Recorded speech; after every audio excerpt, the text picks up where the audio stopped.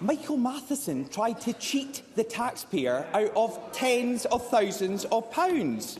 He has been backed every step of the way by Humza Yousaf, and he's still being backed by the First Minister. Even when the Health Secretary's story changed, Humza Yousaf was still there defending him. He stood by him even when Michael Matheson had to cancel appearances at GP surgeries and stop doing his job to avoid scrutiny. He let him continue to be Health Secretary while Michael Matheson was distracted and was a distraction.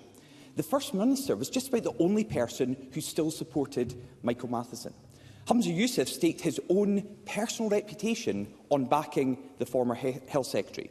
So can he tell us, why was he willing to tolerate such dishonesty? First Minister. Let me again just remind Douglas Ross what we have been focused on. Let's look at the facts and let's look at the recovery of the NHS. We have, of course, in Scotland, the best performing A&E departments in the entire UK. A real terms uplift for the NHS in Scotland, while the Tories inflict a real terms cut to the NHS England to the tune of over £1 billion. Record staffing in NHS Scotland under the SNP up by over 31,000. The best paid staff anywhere in the UK, NHS staff, best paid in Scotland compared to the rest of the UK. Outpatients who've been waiting over 2 years have reduced by almost 70%.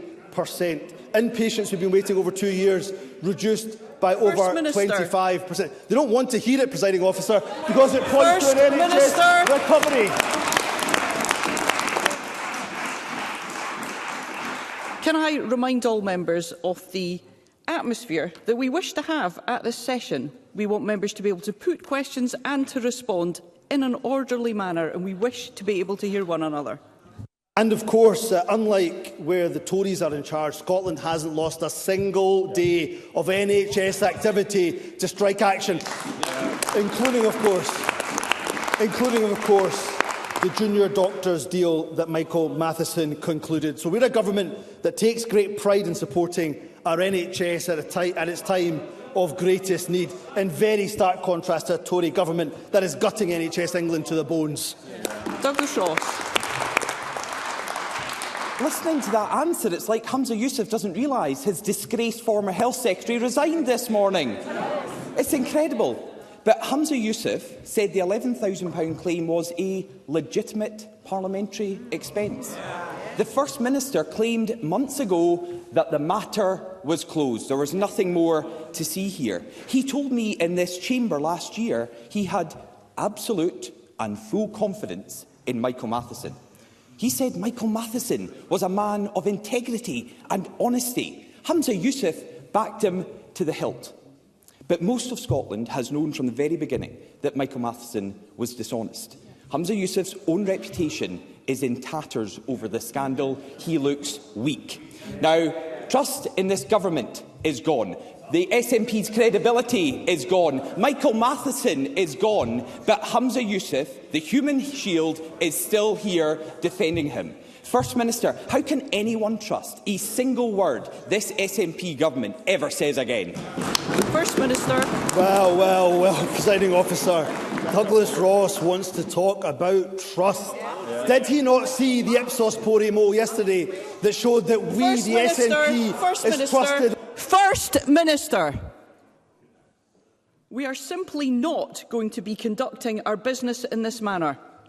I'd ask the front benches in particular to set the best of examples. First Minister. Well, they don't want to listen to the facts, Presiding Officer, and the facts show that the SNP still continues to be trusted by the people of Scotland over the NHS, over the economy, over transport, over health, and in stark contrast to the Conservatives. How dare Douglas Ross stand here and talk about standards in public life in the week where his leader, the Prime Minister... First Minister.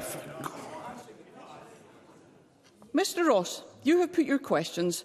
The First Minister is now responding. Let us do one another the courtesy. We may not always agree with what we are hearing, but we are simply not going to shout at one another, are we? First Minister. And how dare Douglas Ross stand up in this Parliament, in this chamber, in this week of all weeks, and talk about standards in public life when his leader, the Prime Minister, quite literally gambled with the lives of the most vulnerable this week. This week, just yesterday, quite literally decided to punch down on one of the most marginalised communities in the entire country. And not just on any day, of course, on the day that Brianna Gay's mother was in the House of Commons. That is a disgrace. That is shameful. So I'll certainly not be taking any lectures whatsoever from the Conservatives on standards and integrity in public life.